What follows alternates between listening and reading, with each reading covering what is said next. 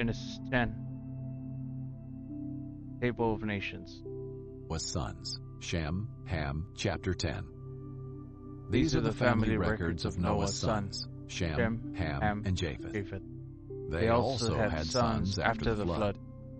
Japheth's sons, Gomer, Magog, Madai, Javan, Tubal, Meshach, and Tyrus. Gomer's sons, Ashkenaz, Riphath, and Togarmah. And Javan's sons, Elisha, Tarshish, Kittim, and Dodanim. From these descendants, the people of the coast and islands spread out into their lands according to their clans in the nations, each with his own language. Ham's sons, Cush, Mizraim, Put, and Canaan. Cush's sons, Seba, Havilah, Sabta, Ramah, and Sabtika. And Ramah's sons, Sheba and Dedan. Cush fathered Nimrod, who began to be powerful in the land. He was a powerful hunter in the sight of the Lord. That is why it said, like Nimrod, a powerful hunter in the sight of the Lord. His kingdom started with Babylon, Erech, Akkad, and Calneh, in the land of Shinar. From that land he went to Assyria and built Nineveh, Rehoboth-ir, Calah, and Resen, between Nineveh and the great city Calah. Mizraim fathered the people of Lud, Anam, Lehab, Naphtuh, Pathros, the Philistines came from them, and Caphtar. Canaan fathered Sidon, his firstborn, as well as the Jebusites, the Amorites, the Girgashites, the Hivites, the Arkites, and the Arkites, and the Sinites, the Arvadites, and the Zemarites, and the Hamavites. and the Hamathites. Afterward, the Canaanite clans scattered. The Canaanite border went from Sidon, going towards Gerar, as far as Gaza, and going into Sodom, Gomorrah, Admah, and Zeboim, as far as Lasha. These are Ham's sons by their clans, according to their languages, in their lands and their nations. And Shem, Japheth's older brother, also had sons. Shem was the father of all the sons of Eber. Shem's sons were Elam, Asher, Arpachshad, Lud, and Aram.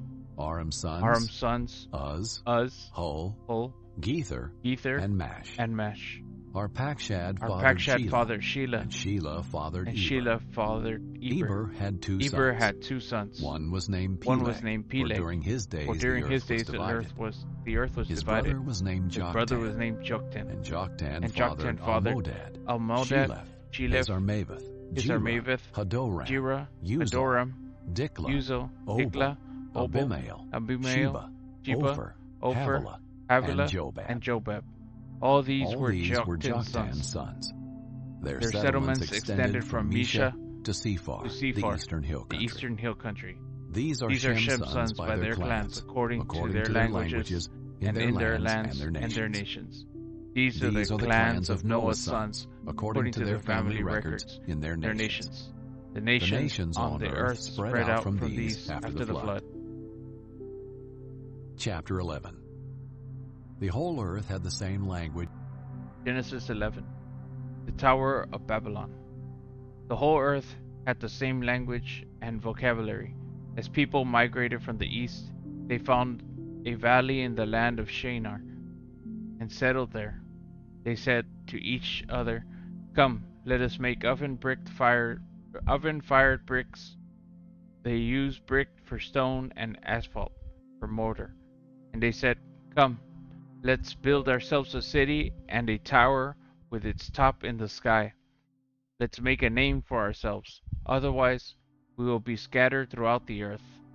Then the Lord came down to look over the city and the tower that the humans were building. The Lord said, "If they have begun to do this as one people, all having the same language, then nothing they plan will be impossible for them. Come, let's go down there and confuse their language so that they will not understand one another's speech." So from there the Lord scattered them throughout the earth, and they stopped building the city. Therefore it is called Babylon. For there the Lord confused the language of the whole earth, From there the Lord scattered them throughout the earth. From Shem to Abram. These are the family records of Shem. Shem lived 100 years and fathered Arphaxad. 2 years after the flood, after they fathered Arphaxad, Shem lived 500 years and fathered other sons and daughters. Arphaxad lived 35 years and fathered Shelah. After he fathered Shelah, Arphaxad lived 403 years and fathered other sons and daughters. Shelah lived 30 years and fathered Eber. After he fathered Eber, Shelah lived 403 years and fathered other sons and daughters. Eber lived 34 years and fathered Peleg. After he fathered Peleg, Eber lived 430 years and fathered other sons and daughters. Peleg lived 30 years and fathered Rehu. After he fathered Rehu, Peleg lived 209 years and fathered other sons and daughters. Reu lived 32 years and fathered Serug. After he fathered Serug, Rehu lived 207 years and fathered other sons and daughters. Serug lived 30 years and fathered Nahor. After he fathered Nahor, Serug lived 200 years and fathered other sons and daughters. Nahor lived 29 years and fathered Terah. And after he fathered Terah, Nahor lived 119 years and fathered other sons and daughters. Terah lived 70 years and fathered Abram, Nahor, and Haran. These are the family records of Terah. Terah fathered Abram, Nahor, and Haran fathered Lot. Haran died in his native land in Ur of the Chaldeans during his father Terah's lifetime. Abram and Nahor took wives. Abram's wife was named Sarai, and Nahor's wife was named Milcah. She was the daughter of Haran, the father of both Milcah and Ishka. Sarai was unable to conceive. She did not have a child. Terah took his son Abram, his grandson Lot, Haran's son, and his daughter-in-law Sarai, his son's Abraham's wife. And they set out together from Ur of the Chaldeans to go to the land of Canaan. But when they came to Haran, they settled there. Terah lived 205 and died in Haran. Chapter 12. The Call of Abram. The Lord said to Abram, "Go to your land, your relatives, and your father's house, to the land that I will show you. I will make you into a great nation. I will bless you. I will make your name great, and you will be a blessing. I will bless those who bless you.